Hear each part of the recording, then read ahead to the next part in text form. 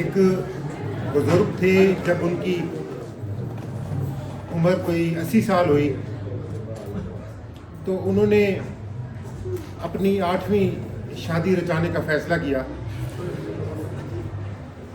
تو کسی دوست نے یہ کہا کہ یار اس عمر میں آپ پہلے ہی 7 شادیاں کر چکے ہیں، یہ 8ویں شادی، یہ سمجھ نہیں آ رہی بات کی کہ اس کے پیچھے کیا فلاسفی ہے. تو انہوں نے بڑی خوبصورت بات کی کہ بھئی میں ایک جملہ سننے کے لیے یہ شادی کا جھنجٹ رچاتا ہوں. وہ کون سا بھی؟ کہ جب میں اندر داخل ہو رہا ہوتا ہوں تو خواتین کہتی ہیں کہ وہ لڑکا آ رہا ہے، وہ دولہا آ رہا ہے. تو بہت ساری اچھی باتیں ہوئی، بہت اچھے القابات سے نوازا گیا، لیکن یہ جو لفظ دولہا کا، اس کی جو یہ خوبصورتی ہے یہ شاید تا دیر برقرار رہے گی. ہم خطرہ محسوس کریں.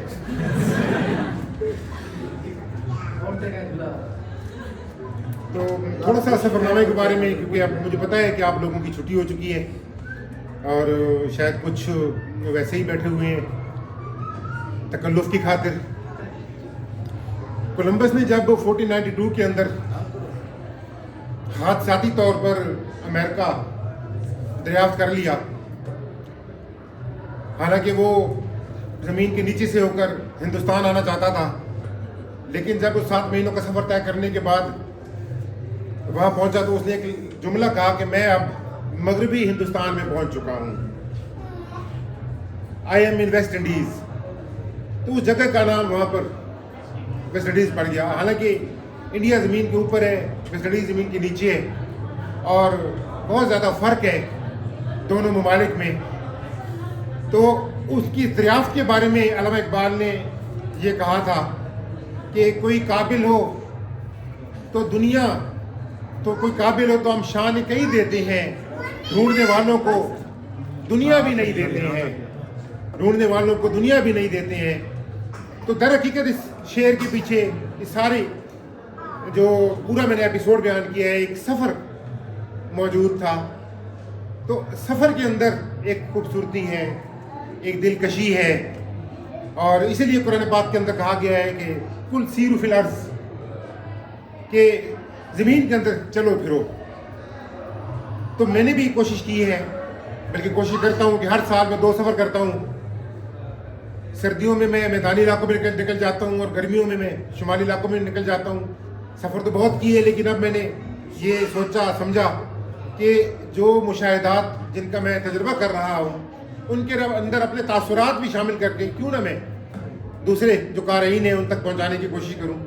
اور یہ میری پہلی کاوش ہے جس کے اندر میں نے اپنا جو ایک افسانوی رنگ ہے، چونکہ بنیادی طور پر میں افسانہ نگار ہوں، اس کو بھی شامل کیا.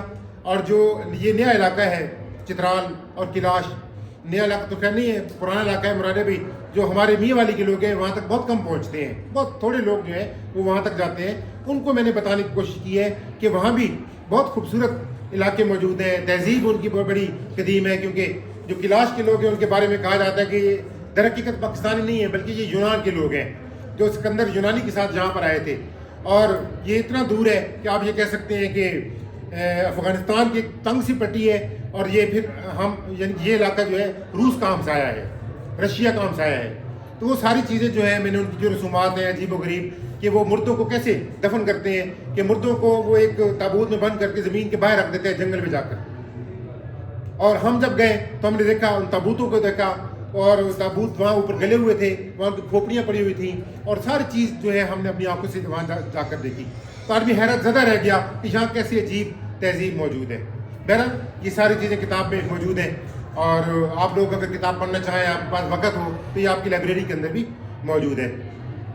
تو میں جو رضوان صاحب ہیں، مجید نیازی صاحب ہیں، میں ان کا بہت شکر گزار ہوں کہ ایک تو انہوں نے اپنا یہ جو حلقہ دانشوراں قائم کیا، یہ بہت بڑی کاوش ہے ان کی، کہ ایک اسٹیگننسی سی ہے، جمود سا ہے، نہ صرف میاں والی کے اندر بلکہ میں یونیورسٹی کے اندر بھی دیکھ رہا ہوں کہ اس قسم کی جو ایکٹیویٹیز ہیں وہ بہت کم ہو رہی ہیں، جن کو بہت زیادہ ہونا چاہیے. کیونکہ یونیورسٹی جو ہے علم کا گڑھ ہوتا ہے، وہاں پہ ایسی سرگرمیاں ہونی چاہیے. اور امید ہے کہ یہ جو آج کی تقریب ہے یہ اس کا نقطہ آغاز ثابت ہوگی، اور انشاءاللہ آنے والے دنوں میں اچھی یہاں جو ادبی تقریبات ہیں وہ بھی یہاں موجود ہوں گی، یہاں وہ قائم ہوں گی۔